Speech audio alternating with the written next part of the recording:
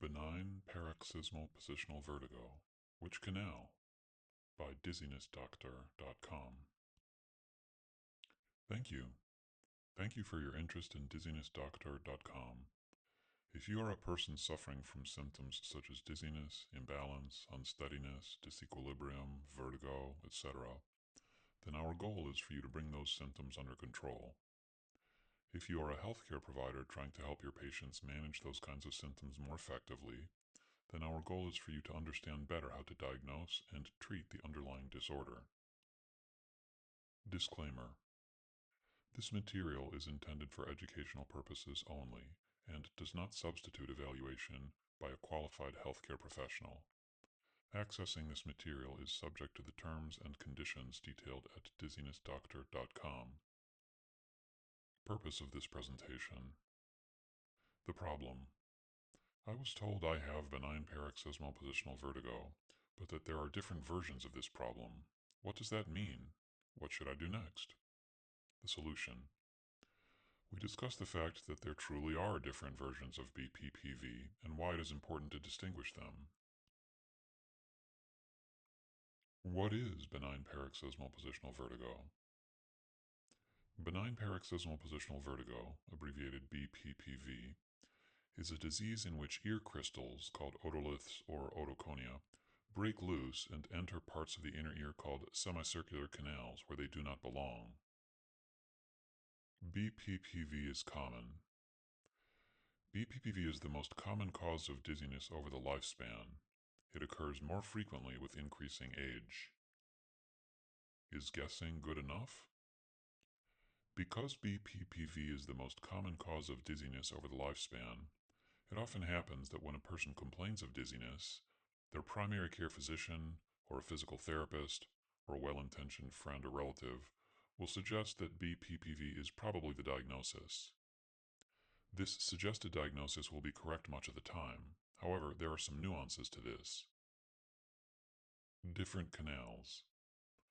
We mentioned earlier that BPPV occurs when ear crystals break loose and mistakenly enter the semicircular canals. These canals are shown on the next slide. Briefly, the inner ear on each side has a posterior canal, rarely called the inferior canal, a lateral canal, sometimes called the horizontal canal, and an anterior canal, also called the superior canal.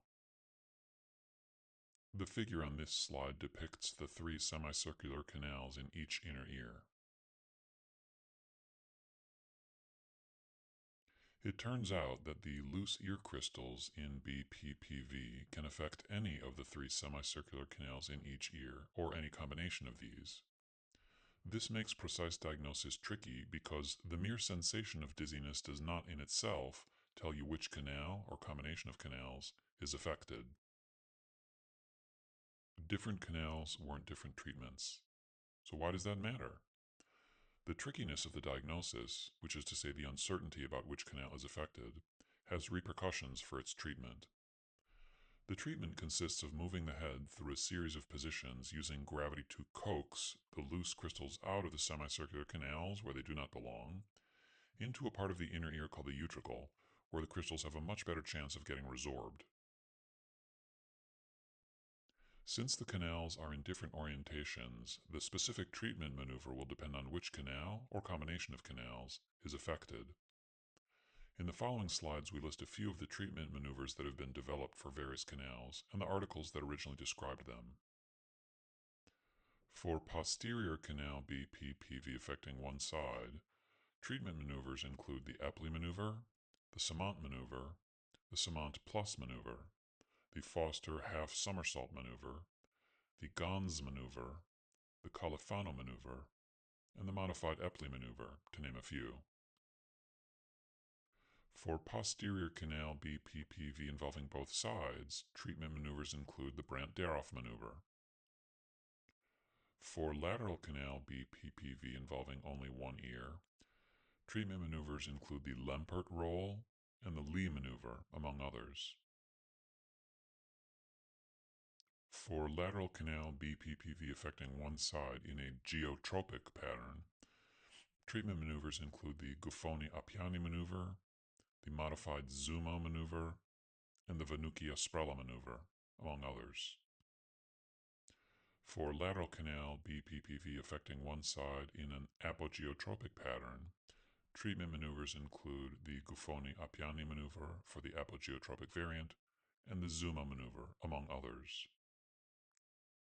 For lateral canal BPPV affecting both sides, proposed maneuvers include the Kurzer hybrid maneuver.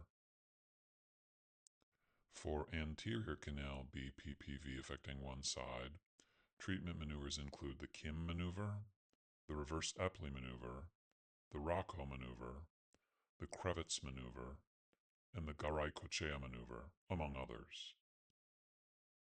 For BPPV affecting the anterior canal bilaterally, treatment maneuvers include the Iacovino maneuver and the Kazani maneuver, among others.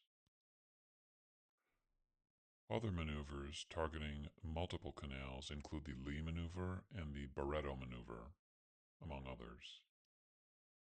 Which maneuver to pick? We just listed about 25 maneuvers, and that's not even all of those that have been proposed and studied. Moreover, most of these maneuvers assume that only one canal is affected, or that the same canal on each side is affected simultaneously. So if the symptom of dizziness does not tell you which canal or combination of canals is affected, then how do you choose a maneuver correctly targeting the involved canals? The short answer is that you don't know. That uncertainty comprises the main problem in the treatment of BPPV. So what can you do? Is there any workaround?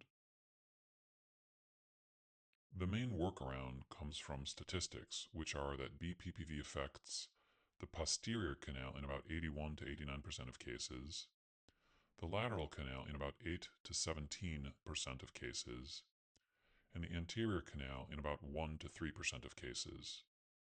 Note that this does not tell you which side is affected. In any case, if you simply guess that the posterior canal is involved and you just pick one side at random, then you will be correct about 40 to 45% of the time. Do you want to play those odds? Some people would argue that those are reasonable odds. If you simply try treating this problem with, for example, the Epley maneuver on a particular side, and if you clearly get better, then that was the correct diagnosis and the correct solution. The main risk is that about 55 to 60% of the time, that guess will be incorrect. If that is the case, and if you select a maneuver for treating BPPV in a canal that is unaffected, then possible outcomes include 1. The symptom will not improve, or 2. The symptom may even worsen. Some people will be willing to take that risk. In contrast, more risk-averse people will prefer not to treat blindly. In that case, what options exist? The more reliable strategy is for a medical practitioner experienced in dizzy problems to examine your eye movements, because this is by far the best studied technique for verifying the diagnosis of BPPV and for figuring out which canal or combination of canals is affected. Figuring out the affected canal or canals is the key piece of information needed for selecting an appropriately targeted therapeutic maneuver. A compromise. Based on what we have discussed so far, some people with dizziness will make the following calculated compromise.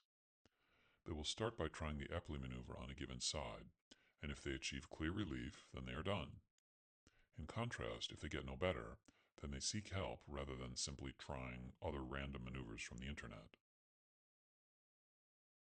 For those willing to look deeper, with the guidance of our diagnostic courses, some people choose to have a friend or family member examine their eye movements to see whether that gives clues about which canal is affected.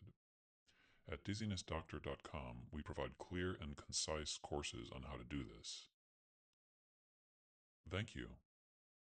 Thank you for viewing, reading, or listening to this material, and for your interest in dizzinessdoctor.com. We welcome your feedback and support. The highest compliment you can give us is to refer our educational materials to others who could benefit from them.